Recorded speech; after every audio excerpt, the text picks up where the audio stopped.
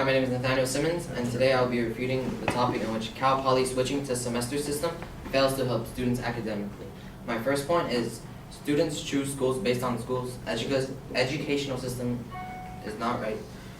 The second point is quarter system does not have more advantages over the semester system. And my third point is switching from quarter system to a semester system does not affect students' academic and personal job lives. For my first topic, students choose schools based on the school's educational system. My opponent says it is going to be hard for students to switch from a semester since they already got used to the quarter system, but since most high schools use a semester system, it won't be that hard to change. Plus, all the new students that will come in from a high school won't have to go through the change of going from semester to quarter, and it will be much easier freshman year for all of them. The second piece of evidence she uses is a survey from a Lake Tahoe Community College, and she says that 50.8% of the students asked reported that they would not enroll in the school if it was under the semester system. But two things are wrong with this piece of evidence. One, it was a survey conducted at a community college, which is completely different than a CSU campus. A survey done by Foundation for California Community Colleges says over 80% of community college students work, which is more than a CSU and a UC students. This would explain why community college students would want a quarter system over a semester system for their workplace. But also, a second thing wrong with the survey was that it was 50.8% of the students asked. This means that it was not a survey done throughout the whole school. So, for example, they could have went to just one class at night and asked the students this question. But since it was at night and most people that work during the day take night classes, it would have been very biased to students that did not work and does not represent the whole school. The second point, quarter system has more advantages over the semester system is not true. She states that the breaks are shorter. Since the breaks are shorter in a quarter system, the students stay focused on their education. But the difference is not that big. A sample of colleges done by the YAGI.org averages a quarter system break is 3 weeks and a summer break is 12 weeks, while semester winter break is 5 weeks and a summer break is 14 weeks. This 2-week difference does not matter since when you take these breaks, you get new classes when you come back. So the substantial knowledge you already have won't be diminished by this 2 weeks difference. Also, she neglects the fact that in the semester system, students are in the same class longer, which allows them to understand the concepts longer and allows them to focus on the subjects longer. On the Cal Poly Pomona website, it says the benefits for students in a semester system is that students are allowed more time to absorb the information, since they have longer time in classes. She also uses the fact that students can take more classes during the quarter system than the semester system, and the fact that most classes worth 4 units in a quarter system are worth 3 units in a semester system. But these facts neglect the fact that a quarter system and a semester system work the units a little differently. So even though the semester system units might be a little less, to graduate you might need a little less units, so they average out. The third topic in this is switching systems affects students' academics and personal job lives. To support this claim, she uses the same Lake Tahoe Community College survey as in the first point, so it has the same flaws. She uses statistics from this survey that says 37% of students reported that switching to semester system would make their schedules worse, and then she makes the inference that this would affect their study time.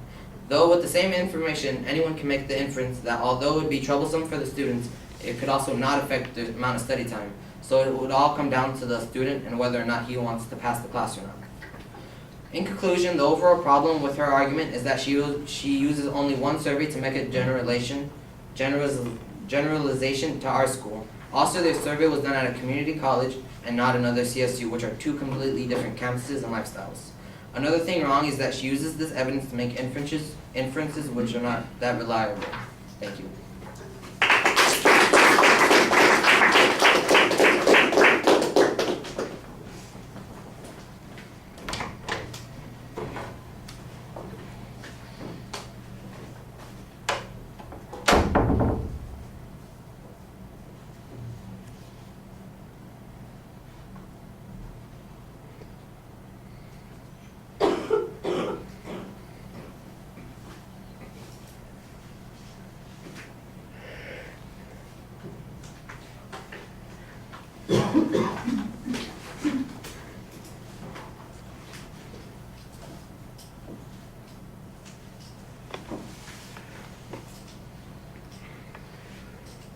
All right, Nathaniel, when you identify the proposition, you're fine. The secondary points that you identify, though, they sound like they are your counterclaims to the claims that the advocate is being made, and so that was a little bit confusing. And then when we get to those individual points, there has to be a little bit clearer explanation about what the advocate's point was and what your position is on that.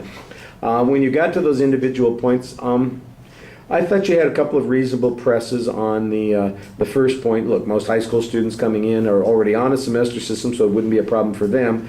It's just a question of the people who are currently in a quarter system being forced to change over. Is it going to have a strong enough impact on them? I think there's a legitimate question to be asked here, but I don't think either you or the advocate provided real information about people who are already in a system and having to change over. It's all much more speculative than that. And then you get to the challenge on the research that the advocate did cite in this particular situation. I thought that you did an okay job on a couple of points on this, and then you're stretching a little bit on a couple of other points. For instance, that it's a community college and they serve different student needs. I think that's an important difference, and that a large percentage of community college students work, and that might affect their perception of whether or not a quarter system or a semester system is more effective for them. That makes a difference. What I don't get is any data on the CSU Review C system about how many people are attempting to work while they're attending the colleges and universities in those systems. That would have been a little bit more helpful to undermine the validity of the comparison being made there. Then the challenge is, I think, is a little bit iffy. You start pressing on some of the survey process. Well, only 50% of the people, or 50% of the people who were asked. Well, apparently they didn't ask everybody. Well, that's probably true. It's a sample.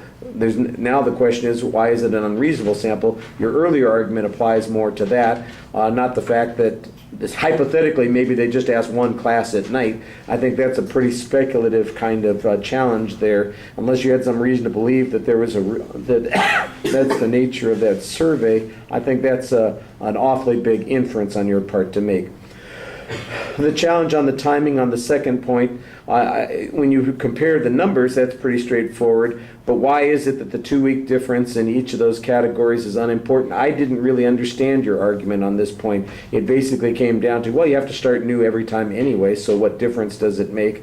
I guess that's a reasonable inference to make, that if people are starting new classes. But there might be some difference, for instance, if you're taking 2 classes in a sequence, if you're going from a quarter system to a semester system. No data is specific to that particular point. On the academic point, on the third point, basically you come back to the challenge on the survey as your response on that. I think you've got good presses on the survey, like I said, and then one that's kind of weak. Some reasonable questions and challenges to make, but again, not an overwhelming amount of evidence on this particular point. So it's a good response to a vague argument to begin with, and sometimes you have some of the vague situations yourself. All right, thank you.